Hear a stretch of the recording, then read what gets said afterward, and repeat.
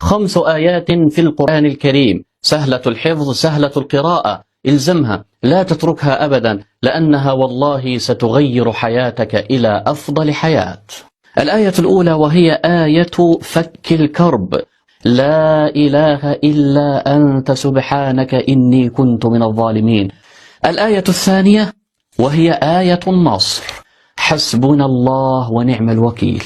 الآية الثالثة هي آية رد الحسد، وهي ما شاء الله لا قوة إلا بالله. الآية الرابعة وهي آية الشفاء من المرض: أيوب إذ نادى ربه أني مسني الضر وأنت أرحم الراحمين. الآية الخامسة والأخيرة وهي أن تقول: أفوض أمري إلى الله إن الله بصير بالعباد.